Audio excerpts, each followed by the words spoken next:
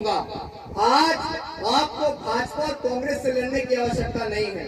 अगर आज आपको किसी से लड़ने की आवश्यकता है तो आज आपको लड़ने की आवश्यकता है मायावती, चंद्रशेखर आजाद, वामन मेश्राम, उदित राज, प्रकाश अंबेडकर, रामदास अठावले, एम.के. स्टालिन, चिराग पासवान, अखिलेश यादव, जो एक ही आंदोलन की बात करते हैं, जो ये कहते हैं कि समाज एक नहीं है, समाज एक नहीं है, समाज एक नहीं है। समाज आपको कितनी बार एकजुट होकर दिखाएगा। अब समाज आपसे निवेदन कर रहा है कि हमारी आजादी को मात्र 7 से 8 महीने बचे हैं। आज भारत के प्रधानमंत्री के आर्थिक सलाहकार विवेक देबरॉय भारत के संविधान को बदलने की बात कर रहे हैं। हमें इस बात को गारंटी देने वाला कौन है कि 2024 के इलेक्शन के बाद भारत का संविधान बच पाएगा या नहीं बच पाएगा? हमें इस बात की गारंटी देने वाला कौन है कि 2024 के बाद हम दोबारा वोट डाल भी पाएंगे या नहीं पाएंगे? हमारे नेताओं को हमने बहुत बार स्थापित किया। हमारे नेताओं ने कहा कि आप भोपाल को जाम कर दो, हमने जाम कर दिया। हमारे नेताओं ने कहा दिल्ली को जाम कर दो, हमने जाम कर दिया। हमारे नेताओं को हमने इसी प्रदेश की 4 बार मुख्यमंत्री बनाया। लेकिन अब समाज आप सबसे हाथ जोड़ के निवेदन कर रहा है, कोई न करे हम तो कर रहे हैं कि आज ये मूवमेंट पतन की ओर जा रहा है। जैसे आज लाल किले को देखते हैं कि अकबर ने बनवाया है, आज उसको देखते हैं ताजमहल को कि जो शाहजहां ने बनवाया था। मैं आपसे निवेदन कर रहा हूं कि बहुजन राजनीति को भी ऐसा मत बनाइए कि आने वाले समय में लोग ये कहें कि हाँ, बहुजन राजनीति भी कभी थी, डॉक्टर अंबेडकर के मानने वाले लोगों की सत्ता भी कभी थी। आपसे हाथ जोड़ के निवेदन कर रहे हैं कि दुश्मन फूले, शाहू, पेरियार, मलई, अंबेडकर और मान्यवर कांशीराम साहब की पूरी मूवमेंट को खाने को तैयार बैठा है। ये समाज आपकी तरफ आशा भरी नजरों से देख रहा है कि आपसे हाथ जोड़ के निवेदन है कि समाज ने आपको कई बार एक होकर दिखाया। इस 2024 के इलेक्शन में आप समाज को एकजुट होकर दिखाइए। हाथ उठाकर बताइए कि क्या हमारे नेताओं को एकजुट नहीं होना चाहिए? आप बताओ किया दर्द पूरे समाज। तथागत बुद्ध, संत कबीर, भगवान वाल्मीकि महाराज, सद्गुरु रविदास और इस देश में शिक्षा की अलग जगाने वाले राष्ट्रपिता ज्योतिबा फूले, माँ सावित्रीबाई फूले, आरक्षण के जनक छत्रपति शाहूजी महाराज, पाखंडवाद के धुर विरोधी रहे पेरियार, ईवी रामास्वामी नायकर और हमें और आपको मान सम्मान और स्वाभिमान की जिंदगी देने वाले भारत के संविधान निर्माता, नारी के मुक्तिदाता डॉक्टर बाबा साहेब अम्बेडकर और 21वीं सदी के सबसे बड़े महानायक हमारे रहबर, हमारे मसीहा मान्यवर कांशीराम साहब के चरणों में नमन करते हुए अपनी बात को शुरू करूंगा। साथियों, सबसे पहले आज भीमगढ़ी के अंदर बाबा साहेब अम्बेडकर की भव्य प्रतिमा के अनावरण पर आप सभी को बहुत बहुत बधाई और हार्दिक शुभकामनाएं। मंच पे बैठे हमारे तमाम बुद्धिजीवी साथियों को भी मैं वंदन और नमन करता हूं, क्योंकि मैं बहुत छोटा सा कार्य करता हूं, मूवमेंट को सीखने का प्रयास कर रहा हूं, किताबों से जान रहा हूं और चलने का प्रयास कर रहा हूं। सोचने से नहीं मिलते हैं तमन्नाओं के शहर, कि सोचने से नहीं मिलते हैं तमन्नाओं के शहर, चलना भी पड़ता है साथियों मंजिल को पाने के लिए, चलना भी पड़ता है मंजिल को पाने के लिए। मैं यहाँ एक बहुत बड़ी बात आपसे कहना चाहता हूँ। वर्तमान समय के जो हालात हैं, उन हालातों को देखते हुए बीती 23 जुलाई से बाबा साहेब अम्बेडकर की जन्मस्थली मध्य प्रदेश के महू से हमने एक मार्च की शुरुआत की। मैं आज 2.5 महीने से अपने तमाम साथियों के साथ घर से बाहर हूँ, क्योंकि आज जो हमारा उद्देश्य है बहुजन जागो मार्च, और उसका जो उद्देश्य है कि बहुजन नेताओं साथ में आओ, क्योंकि हम अच्छे से जानते हैं कि बिखरा हुआ समाज कभी शासक नहीं बन सकता। अगर इस समाज को शासक बनना है तो आज इस देश में जो सबसे बड़ी मांग है कि हमारे समाज के जितने भी लीडर हैं, एक ही समाज के लोग, जय भीम के नारे के साथ अपने आंदोलन की शुरुआत करने वाले लोग, मान्यवर कांशीराम साहब की बात करने वाले लोग आज अलग अलग बटे हुए हैं। इससे ना मूवमेंट का भला होगा, ना इससे समाज का भला होगा और ना इससे हमारा भला होगा। काफी लंबे समय से प्रयास कर रहे थे कि कोई तो निकल के आएगा जो इस आंदोलन को छेड़ेगा, कोई तो निकल के आएगा जो हमारे नेताओं को भी जोड़ने का काम करेगा और कहेगा कि जिस सदी में मान्यवर कांशीराम साहब ने कहा और डॉक्टर अंबेडकर ने कहा कि हमें इस देश का हुक्मरान बनना है, उस सदी में हम उस गति से इतने दूर क्यों हैं? लुटाते तेरे खातिर जान कम नहीं होगा। ये बात मैं तो नौजवानों के भरोसे बोल रहा हूं कि लुटाते तेरे खातिर जान तो भी कम नहीं होगा। तेरे जैसा कोई अब जख्म का मरहम नहीं होगा।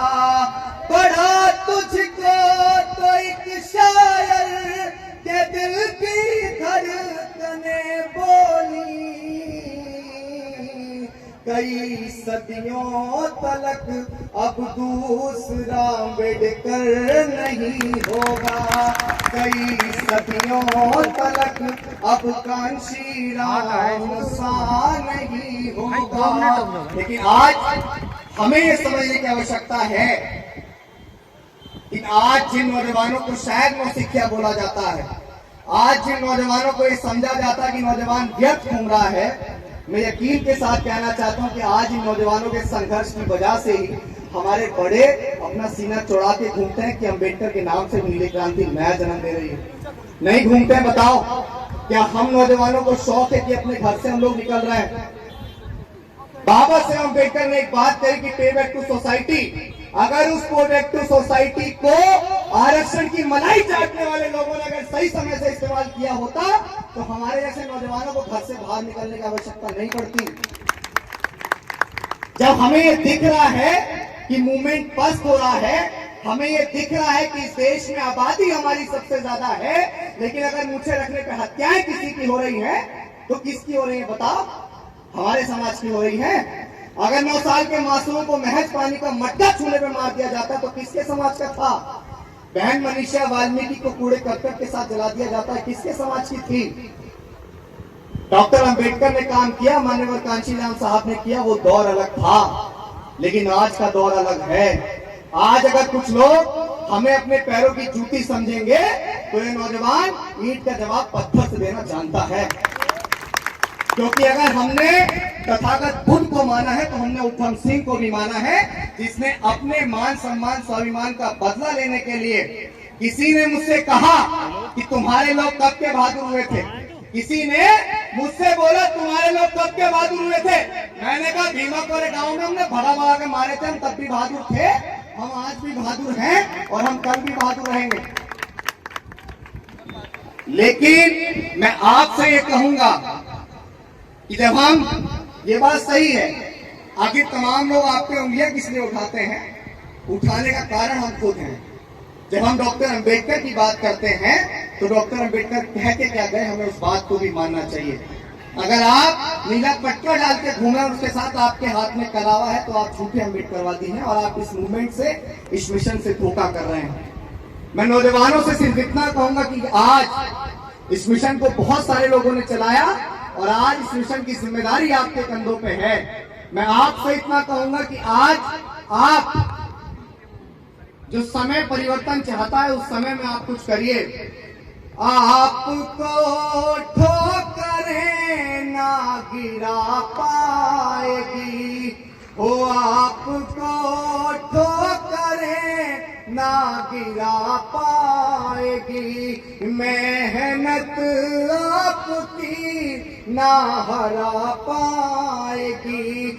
आपके पास जिद जीत जाने की हो तो हार भी आपको ना हरा पाएगी, वो हार भी आपको ना हरा पाएगी।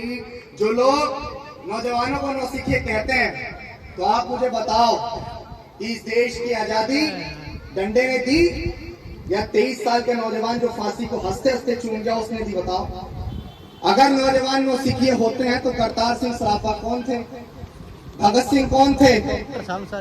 नौजवान नौसिखिए नहीं होते हैं, बशर्ते अगर आप नौजवानों को सौतेला ऐसा व्यवहार न देकर आप उन्हें प्रेम पूर्वक इस मूवमेंट को भी चलाना सिखाएं, तो हम आपको पूरे विश्वास के साथ ये बता सकते हैं कि जिन सफेद बाल वालों ने बहुत बड़ा परिवर्तन किया, हम उससे कम समय में एक काले बाल वाले भी आपको बड़ा परिवर्तन करके दिखाएंगे इस मूवमेंट के साथ। बशर्ते आप हम पे विश्वास तो कीजिए। आप हमें जैसे अपने घर में बच्चों को समझाते हैं, ऐसे इस मूवमेंट में चलने वाले नौजवानों को भी समझाइए ना कि डॉक्टर अंबेडकर का मूवमेंट क्या है, मान्यवर कांशीराम साहब क्या कह के गए। आज मैं हमेशा हर जगह एक बात कहता हूं, यहाँ माताएं बहनें बड़ी संख्या में बैठी हुई हैं। आपसे सिर्फ इतना कहूंगा कि बहुत सारे लोगों ने आपको शिक्षा की बात की और शायद जो मूवमेंट सबने बताया वही मैं भी बताऊंगा, उसमें समझ आया होगा। लेकिन आखिर में सिर्फ इतना कहूंगा कि शिक्षा बहुत महत्वपूर्ण होती है।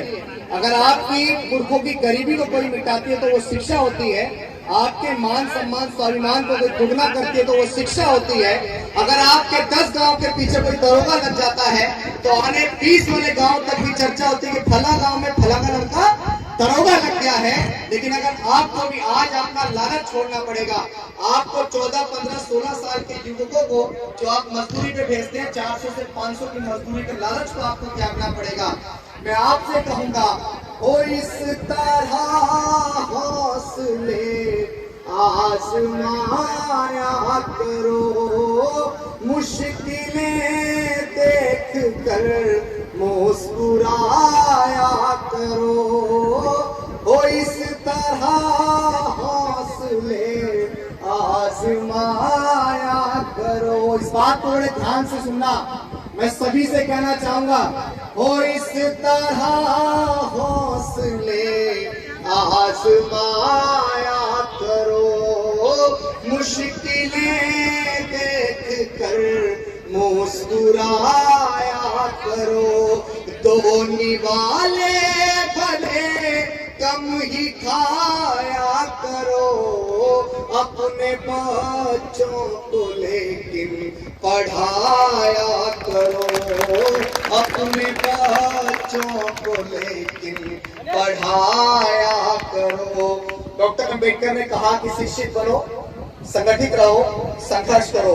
लेकिन डॉक्टर अंबेडकर ने 14 अक्टूबर 1956 को एक ऐसे धर्म को भी अपनाया था जिस धर्म को अपनाकर कलिंग युद्ध के बाद इस पृथ्वी पे सबसे बड़ा लड़ाकू, उससे बड़ा योद्धा को देखकर सम्राट अशोक ने भी तलवार छोड़ दी।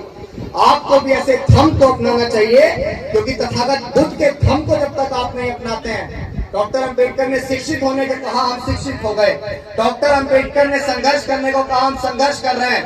डॉक्टर अंबेडकर ने संगठित होने को कहा, आज शायद कुछ हद तक हो गए, लेकिन अलग अलग पार्टी, अलग अलग संगठन बनाकर हम वो भी चीजों को तार तार कर रहे हैं। लेकिन डॉक्टर अंबेडकर ने तथागत बुद्ध के धर्म को भी अपनाया था, उस धर्म को कौन अपनाएगा। आज तो हम लोग, मैं जाटव हूँ, मैं वाल्मीकि हूँ, मैं कोरी, कुर्मी, पासी, धोबी, धानु, कही, गडरिया, गुज्जर, जाट, नाई, यादव, तेली, कुमार, महार, पटेल, डोम, वो 6743 जातियां जिसमें हमें दुश्मनों ने बांटा, कि बहुजनों को जिसने जातियों में बांटा, हम उसके गुरूर को एक दिन जरूर तोड़ेंगे। दुश्मन सूरज सा तेज ही क्यों न सही, हम उसे डुबा के छोड़ेंगे। और बाबा साहेब का आंदोलन मनुवादी व्यवस्था के खिलाफ था, तो हम उस मनुवादी व्यवस्था को एक दिन मिट्टी में मिला के छोड़ेंगे। हम हमेशा से खुल के कहते हैं कि हमने, देखिए, अगर मैं इतना बोल पा रहा हूँ तो उसके पीछे भी शिक्षा है। मैं वर्तमान समय में लॉ का स्टूडेंट हूँ, और सबसे बड़ी चीज आपको समझनी चाहिए कि जिस सदी में हमें मान्यवर कांशीराम साहब यानी कि सामाजिक परिवर्तन के सबसे बड़े गुआ मिले, तो उस दस्तावेज को किस किस ने पढ़ा, जिस दस्तावेज की वजह से हमें वो महानायक मिले। मैं नौजवानों से कहूंगा कि जो लोग आपको नौसिखिए समझते हैं, उन लोगों को आप द एलिमिनेशन ऑफ कास्ट यानी कि जाति का विनाश पुस्तक पढ़िए। आपको बाबा साहेब अम्बेडकर का पूरा मूवमेंट उस पुस्तक से समझ आ जाएगा। आप पेरियार को दोबारा जिंदा करने वाले मलय सिंह यादव की सच्ची रामायण पढ़िए, आपको पाखंड समझ आ जाएगा। आप ज्योतिबा फूले की गुलामगिरी पढ़िए, तब आपसे ये लोग जो आपको नौसिखिया कहते हैं वो आपसे सवाल नहीं करेंगे। अगर आपको कोई नौसिखिया कह रहा है तो इसलिए कह रहा है कि हम लोग सिर्फ जय भीम का उद्घोषण लगाते हैं, लेकिन हम मूवमेंट को गहराई से नहीं पढ़ रहे हैं। मेरे नाम के पीछे बाय डिफॉल्ट एक शब्द लगा हुआ है, अभिषेक कुमार जाटव। और वो जब टिकटॉक आया था तो मूवमेंट की ज्यादा जानकारी नहीं थी, ट्विटर पे देख रहे थे कि कोई जाटव लगा रहा है शेर, कोई वाल्मीकि शेर लगा रहा है, तो हमने भी उस नौसिखिएपन के साथ नाम के पीछे जाटव लगा लिया। लेकिन जब हमने मूवमेंट को करीब से जाना और मूवमेंट को पढ़ा तब समझ आया कि हमारे महापुरुषों की पूरी लड़ाई और पूरा आंदोलन इस जाति विहीन समाज को बनाने का था। तब मैंने इस यात्रा में संकल्प लिया कि आने वाले समय में बहुत जल्दी अपने जितने भी समर्थक, जितने भी लोग हमें सोशल मीडिया के अंदर देखते हैं, एक बहुत बड़ा आह्वान और जगह का आह्वान करके तथागत बुद्ध के धम्म की दीक्षा लूंगा और अपने नाम के पीछे से जाटव शब्द को भी हटा दूंगा। लेकिन मैं ये चाहता हूं कि देश के अंदर बड़ा परिवर्तन हो। अब मैं आखिरी में आपसे सिर्फ एक बात कहूंगा, आज आपको भाजपा और कांग्रेस से लड़ने की आवश्यकता नहीं है।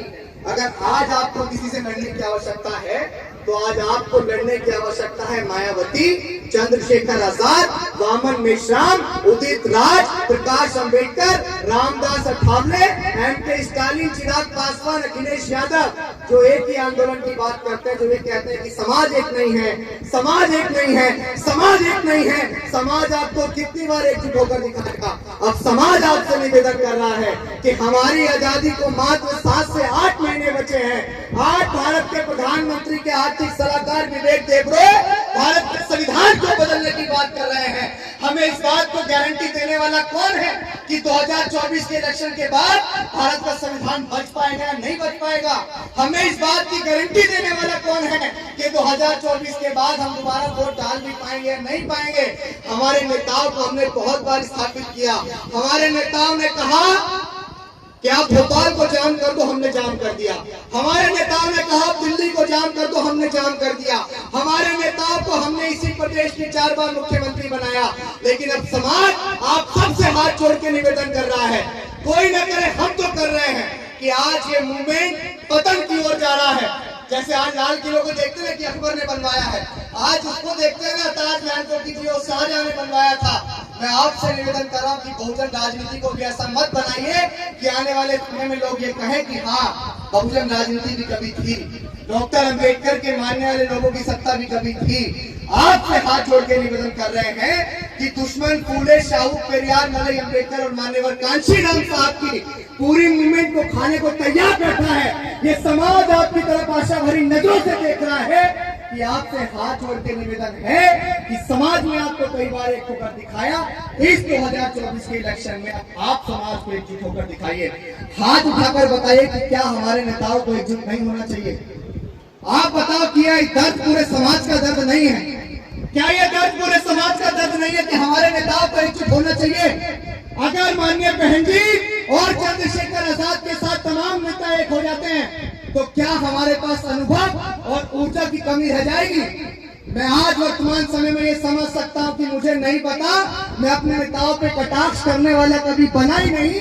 आज बहुत सारे लोग कहते हैं कि मायावती तो महलों की रानी बन के बैठ गई है।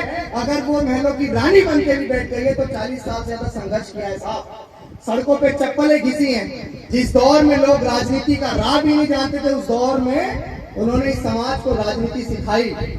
और जब भारत के संविधान से पहले महिलाओं को अपने पति के मर जाने पर सती हो जाना पड़ता था, जो महिला घर से बाहर निकल के सिर्फ अपने चौका बर्तन में मस्त थी, जो महिला अपने बच्चों की परवरिश करने में मस्त थी, वही महिला अपने घर से बाहर निकली, मान्यवर कांशीराम साहब के साथ साइकिल यात्रा की, गांव-गांव घूमी और उसने वो सफर तय किया कि आपके इसी प्रदेश की भारत के सबसे बड़ी सूबे की 4 बार मुख्यमंत्री बनी, तो हमें गर्व है उस पर।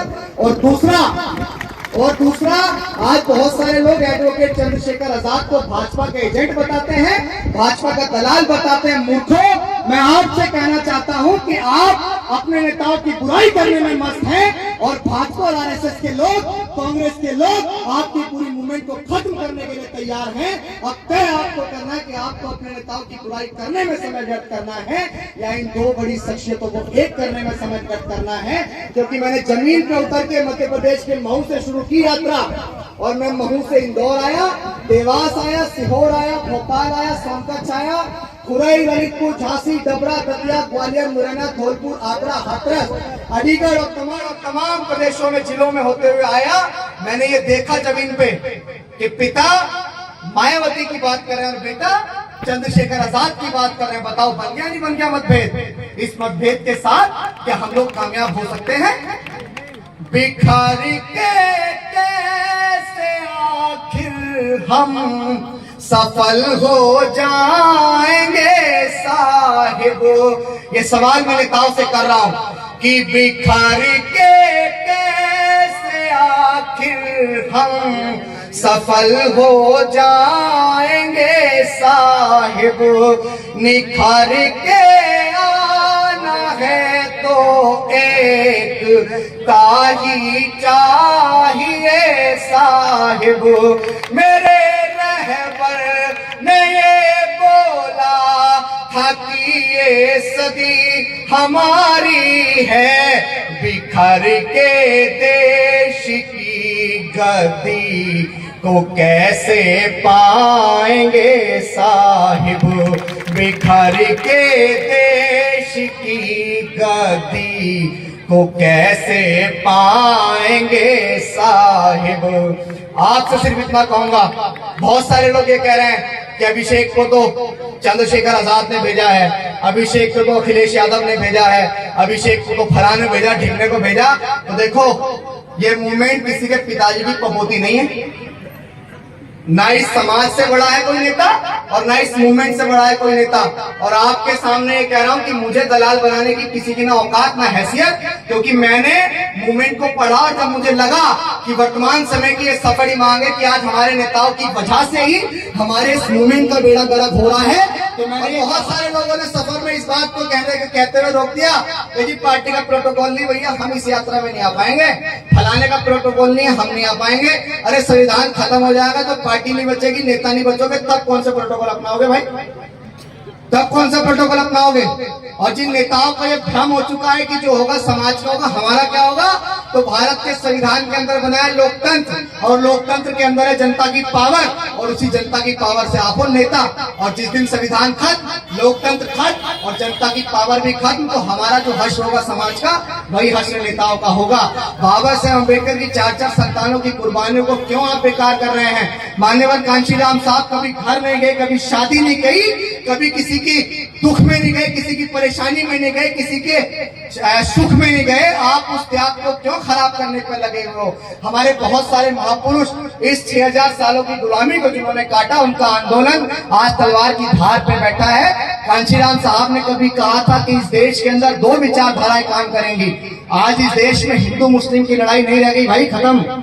आज इस देश में अगर कोई लड़ाई रह गई है तो वो लड़ाई है मनुवाद और अम्बेडकरवाद के बीच की। और मनुवादी व्यवस्था के अंदर जितनी भी पार्टी और दल आते हैं वो सबको तैयार है अपने मूवमेंट को बढ़ाने के लिए। अब अम्बेडकरवादी लोगों से मेरा ये निवेदन है कि आप लोग भी एकजुट हो जाइए। और वर्तमान समय की जो सबसे बड़ी मांग है, मैं बहुजन मीडिया और तमाम लोगों से कहना चाहता हूं कि बहुजन नेताओं को साथ लाने की इस मांग के साथ हमें किसी एक नेता की अनभक्ति छोड़ देनी चाहिए, हमें किसी एक नेता की कट्टरता छोड़ देनी चाहिए। कौन क्या कह रहा है वो भी छोड़ देना चाहिए। आज हमें जमीन पे सामाजिक परिवर्तन की आवश्यकता है और उस सामाजिक परिवर्तन के साथ साथ हमें व्यवस्था परिवर्तन की भी आवश्यकता है, क्योंकि व्यवस्था परिवर्तन जब तक नहीं होगा आपका उद्धार नहीं होगा। आप नौजवानों से ये कहूंगा कि आप अभिषेक के ग्लैमर को देखते हैं, आप अभिषेक आता है तो उसकी गाड़ियों के पीछे जय जयकार के नारे लगाते हैं और आपके हाथ में कलावे होते हैं, आप अपने साथ साथ मेरी भी बेइज्जती करवाते हैं। मैं आपसे इतना कहूंगा, देखो इस मंच पे खड़े होकर अगर मैं बोल पा रहा हूं और जिन लोगों को लगता होगा कि नौजवान नौसिखिए होते हैं उनका पारा मुगालता हमने निकाल दिया होगा, लेकिन आपसे भी मैं कहूंगा कि ये मूवमेंट आपके कंधों पे है, आपकी जिम्मेदारी है। आखिरी में एक शायरी, जिस शायरी ने पूरे देश के अंदर अभिषेक को, एक छोटे से कार्यकर्ता को बहुजन शायर बना के फेमस कर दिया। और ये शायरी उन लोगों के लिए जो लोग बाबा साहेब अम्बेडकर को गालियां देते हैं, भारत के संविधान को करते हैं, जो हमें बहुत कमजोर समझते हैं, मैं उनसे कहना चाहूंगा कि हम अम्बेडकरवादी हैं बेटा, कि हम अम्बेडकरवादी हैं बेटा। जिस दिन औकात पे आ गए ना तो तुम्हारी सारी गर्मी झाड़ देंगे। और बाबा साहेब को गाली मत देना दोबारा, कि संविधान को बदलने की बात मत करना दोबारा, वरना हम भी कानून भूल गए ना तो जितनी तुम्हारी लंबाई है उससे दुगना जमीन में गाड़ देंगे। हम भारत के संविधान को मानते हैं और उस संविधान पूर्ण आस्था रखते हैं, लेकिन जो लोग भारत के संविधान को बदलने कर रहे हैं ना, तो अब ये मूवमेंट सफेद बाल वालों के हाथ में नहीं, ये मूवमेंट काले बाल वालों के हाथ में है। मूंछ की मरोड़ के साथ या तो मार देंगे या मर जाएंगे। इस मुगालते को दिमाग में निकाल देना जो लोग भारत के संविधान को बदलने की सोच रहे हैं। हलकते में हाथ देके जुबान बाहर खींच ली जाएगी। संविधान से बढ़ के हमारे लिए कुछ नहीं है, क्योंकि अगर संविधान खत्म तो हम खत्म। और जब तक इस देश में संविधान है, जब तक ही हम तथागत बुद्ध के मार्ग पे हैं, सम्राट अशोक के हम भी बन, सम्राट अशोक का देश ही हमें बनाना चाहता है। लेकिन अगर आपने संविधान छीन लिया, दोबारा हाथ आने में समय लगेगा। आभार आप सबका कि तमाम लोगों ने हमें सुना और मेरे मुखार बिंदु से कोई गलत बात निकल गई हो तो मैं माफी नहीं मांगता हूँ, क्योंकि मैं सच्चा हूँ और सच्चा आदमी हमेशा कड़वा होता है। जय भीम।